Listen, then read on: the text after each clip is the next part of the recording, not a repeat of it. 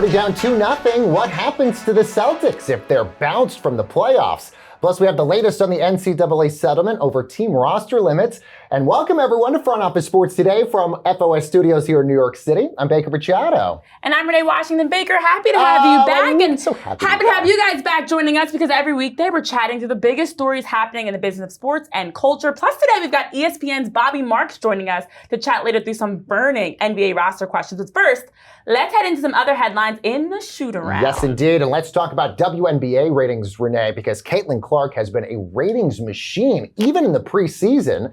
The Fever Stars' return over the weekend to Iowa and a blowout win against the Brazil national team was viewed by 1.3 million people on ESPN. Again, this is an exhibition game. Renee, ESPN is saying out of the 57 exhibition games that they have broadcast since 2010, only 2 outrated what Caitlin Clark just did, and both of those featured LeBron. Yeah, going back to 2010, that's a remarkable number of NBA games that this preseason exhibition game had more than. Caitlin Clark is must-see TV, and I love the carryover from last season as the WNBA had record numbers of most watched ever regular season on ESPN. Also, their in-person attendance at a high, single-game records, plus even just digital consumption and their merchandising sales, everything was up. But it's a trickle-down effect. Even the Valkyries, the new expansion franchise, actually had the third highest ever WNBA ratings as a new franchise, the third highest in-person attendance, I should say, in history. So Caitlin Clark, and then it's a nice snowball effect from there, which we love to see. We absolutely love to see, and you ought to get excited then for the regular season, because if this is just a taste of what we're getting for the exhibition,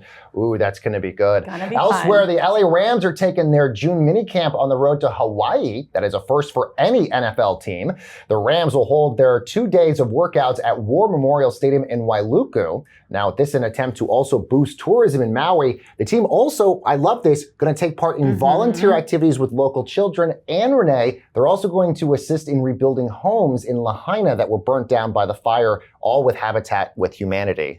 Where's our ticket? How do we go? But I love the fact they're going as a chance to connect with the community in one aspect, as you mentioned, but also on the side of the team specifically. Most NFL teams don't do this. They like to get their teams acclimated to their facilities, their weight rooms, their, everything's at their traditional practice facilities. So for the Rams, they're taking their talents to Hawaii. Which and a nice change of scenery, middle of June. It breaks up the preseason and the off-season workouts are just a lot. So I think this is a great way, not only for the team individually, as the first ever NFL team to have their mini camp in Maui, to maybe set the precedent for others. And we'll see how that also carries over into the season. Does it lead to more team chemistry early on in the season? Does it help out in any positive way, in addition to the community outreach as well? Well, yeah, plus they'll probably have dinner at a luau or something like that. I mean, that sounds pretty nice to me. Meanwhile, Nick Saban is going to co-chair President Trump's Commission on College Athletics after the former Alabama coach met with the president to discuss NIL reform. Now, this commission would examine issues like the transfer portal and even employment of college athletes.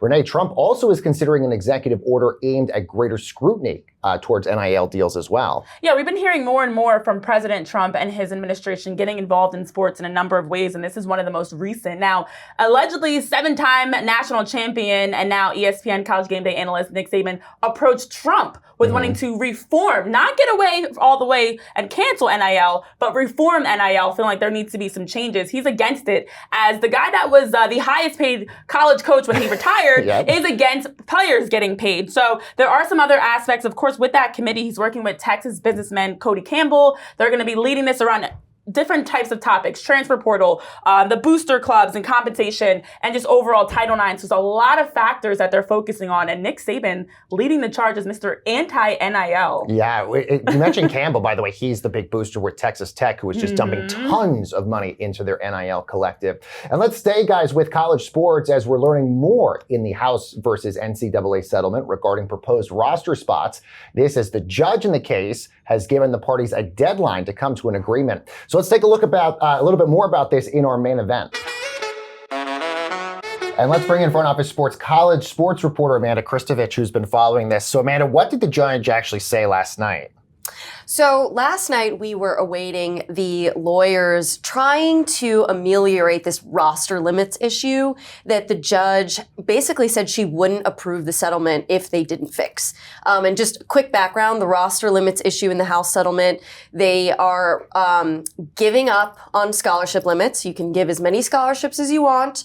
but you are now going to have roster limits. And as a result of that, walk-ons, partial scholarship athletes all over the country have lost their roster spots. And the judge said, you got to find a way to make sure that the athletes that already got those offers don't lose them in the future, right? So athletes and the NCAA lawyers gave a solution last night saying that the schools don't have to reinstate the players, but they can if they want to. They're going to be exempt from roster limits, okay? And then the judge, like literally 20 minutes later, said, all right, I want to know what the objectors, the lawyers for some of these athletes who have lost their roster spots think of this solution, and then I'll make my ruling like next week. Wow. Oh, wow. I mean, this impacts so many athletes, families, so many people that are involved in this. What was the reaction to this news last night? The reaction was really mixed. I think that on the one hand, it makes sense to not force schools to give athletes their roster spots back, because as we know, roster spots are never required, or they're never guaranteed. Right. And for any reason, for athletic performance reasons, injuries, players get cut from teams, unfortunately. Academics. Exactly. The idea is that, their scholarships would get honored if it's, an on-field reason. But there still was a lot of consternation about this idea that athletes wouldn't get a guarantee. They were worried that schools would say, okay, well, we can give you your spot back, but we're just not in the mood. We just don't want to. And so that is still a major concern, and that's the biggest hang-up. As you mentioned, obviously, the judge is saying they have to come to an agreement if she's going to approve this settlement. So what happens here, and is there an expectation that they will come to an agreement? So we are going to see over the next week what these objectors' lawyers have to say about the solution. Then the athletes and the conference lawyers and the NCAA lawyers will all get a chance to respond to those lawyers. Right. You're seeing a theme here, right? Yes. Lawyers, and more lawyers. Then the judge, at some point, hopefully by the end of May, will make a final ruling about whether or not this solution is going to be good enough for her to rubber stamp the settlement. Interesting. Wow. And so how much longer do we think this could happen, go on for? If she rubber stamps the settlement, I would argue we'll get a ruling by the beginning of June. But if she doesn't, next step is trial. And that could take a year. Wow. Wow. So what really has been the pushback? I mean, this is such a long process. And every time I feel like we hear an update is coming, but it feels like we're still so far, as you mentioned, at least a year possibly from a resolution. What do you think really is making this process so long? I mean, that's just how, the legal process for these complex antitrust settlements goes in general, I would say. And then specifically on this issue, this is a settlement for 3 class action antitrust cases, 3 major cases with related but different issues. And they're trying to cram so many things into one settlement that, is really supposed to reshape all of college sports. But that's not what a settlement is supposed to do. A settlement is not a collective bargaining agreement. So we're running into so many issues about folks saying, actually college sports future should look like this, not how the settlement put it. But the job of the judge in the settlement is to settle a legal dispute. It's not to chart a new path for college sports. And that's, I think, where the main tension has been. We have about 60 seconds left with you. We talked about Nick Saban teaming up with President Trump to form this committee. How is this also going to work? Any insight to that? Well, what I'm hearing from my sources in and around Capitol Hill is that nobody really seemed to know that this commission was going to be formed. There was a lot of surprise, which is not... That can be par for the course in the Trump administration, is what I've been told, that there isn't always a heads up given to congressional lawmakers.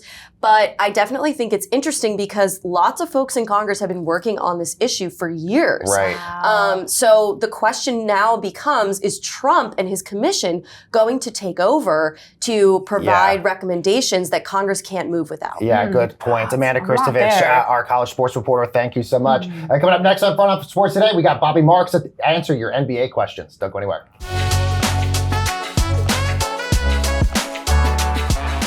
And welcome back, friends, to Front Office Sports Today with Renee Washington. I'm Baker Machado, and the Knicks have pretty much shocked the NBA world, Renee, going up 2-0 already on the Boston Celtics. And the Celtics heading into the offseason have a lot of big questions headed their way, especially with this proposed new sale of the team basically happening and being finalized any day now. So for that and so many other big questions we have about NBA rosters, let's bring in our friend ESPN's Bobby Marks for more on this. Bobby, good to see you. How are you? I'm great. Thanks for having me. I appreciate it. So let's just say hypothetically, Boston does in fact lose to in this series to the Knicks. They have the highest payroll going into the offseason. They've got this proposed acquisition at almost $6 to $7 billion happening. What happens to the Celtics? Yeah, it's funny. Brian Windhorst my colleague was on Get Up this morning, and he was talking about it. And he's like, hey, they've got this $400 million payroll potentially. And I'm texting him while he's like on camera. I'm like, it's actually 465 right now. Listen, they are, we're going to see how much teeth this collective bargaining agreement actually has. And I think it's going to be a pretty big bite here. Where Boston is. Remember, we're entering year one with the Jason Tatum Supermax. The extension for Derek White will kick in, and you already have Jaylen Brown on a Supermax contract. Their payroll, if they keep this roster, will be the biggest in NBA history. It'll look like the Los Angeles Dodgers. It will be over $500 million. They have a change in ownership, certainly that they're still waiting to get approved. If this was 2015 Golden State or the Clippers and we're operating under a different collective bargaining agreement, I would say it's sustainable just based on where the rules were. Under this collective bargaining agreement, it's not sustainable. So I'll give an example. We've thrown around the word the apron as far as how the apron rules impact teams. Boston is a second apron team this year. They're going to be a second apron team next year. The ability to add players in a trade. You can't combine salary sent out in a trade. You can't take back more money in a trade. You can't buy draft picks. Your first round pick 7 years out becomes frozen. So if you're the Boston Celtics, your 2032nd pick is frozen because you're an apron team this year. Your 2033 pick will be frozen also. Whoa. So basically, and their current owner, Wick Grossbeck, has come out and it said it's not about the luxury tax. It's not about spending $280 million more in luxury tax penalties. It's the ability to add outside of your own roster. And I think the players that we'll keep an eye on certainly is Kristaps Porzingis, who's about to go into the last year of his contract. Drew Holiday, who has 2 years left on his contract. Al Horford, who's going to be a free agent. And here's how much financial savings they could have. Last year, they signed a player, Sam Hauser, to an extension, for $40 million. If you traded Sam Hauser this offseason, that would save you $80 million just by removing his salary. That's crazy. So there are going to be some significant decisions that Brad Stevens, their head of basketball operations, is going to have to make this offseason. Yeah, and the Cavs are in a similar situation, not just because they're also down 0-2, but also because of roster constraints. But what we're seeing right now, Bobby, is that having the highest payroll, by no surprise, doesn't always correlate to wins, success, period. Look at Phoenix, look at the Bucks. So, in your opinion, just looking at the current CBA, which team do you feel like is best positioned in terms of roster moves and acquisitions to really take a leap in this offseason? I think Oklahoma City still, because and they're going to be faced with some decisions also. But I think where the Thunder are, how they've been able to build their roster, and they're going to listen. They might commit $800 million this offseason to Shai Gilgeous-Alexander, Jalen Williams, and Chet Holmgren. And people are going to say, like, well, how could they do it? Well, they can do it because they basically have balanced the rest of their roster as far as when their contracts expire. So if you're looking at Isaiah Hartenstein, his contract expires when year one of the Gilgeous-Alexander extension hits. The beauty with Oklahoma City is how many draft picks they have. They've got the 15th pick in the draft from Miami. They've got a pick in the 20s. They potentially could have the Sixers first if it falls out of the top 6. And there's more coming. So when you look at, yes, their roster is going to be expensive, but you can also build out the rest of their roster on these really inexpensive contracts. When one player gets expensive, that player goes, and then you have the 10th pick in the draft, because you still have picks coming from the Clippers, Utah, Denver. I mean, there is a litany of draft picks here. So I would say if you're trying to build a roster and thread the needle, it's probably how Oklahoma City has done it. That's a challenge, though. I mean, there's really only one Oklahoma. And they had to experience 3 years of pain post Russell Westbrook, Paul George to be able to do that. Yeah, all the more reason I think it's a surprise, but not a surprise that Sam Presti ended up winning, Executive of the Year.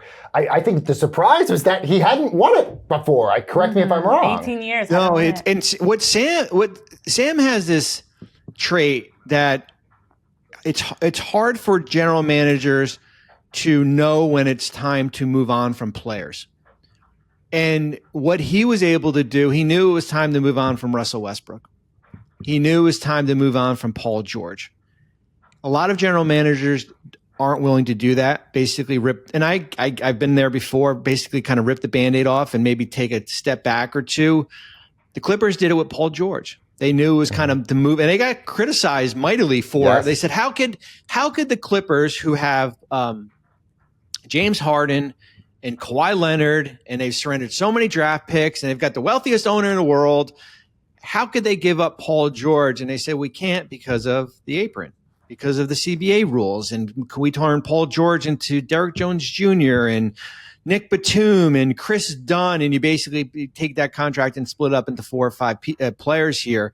It's what Oklahoma City's done is really great. Houston is another one of those teams that I basically call them, they've got the 3 things if they do want to go out and chase a superstar with draft picks and controllable contracts and young players. Mm-hmm. Yeah, last question for you. About 30 seconds left for this one here, Bobby.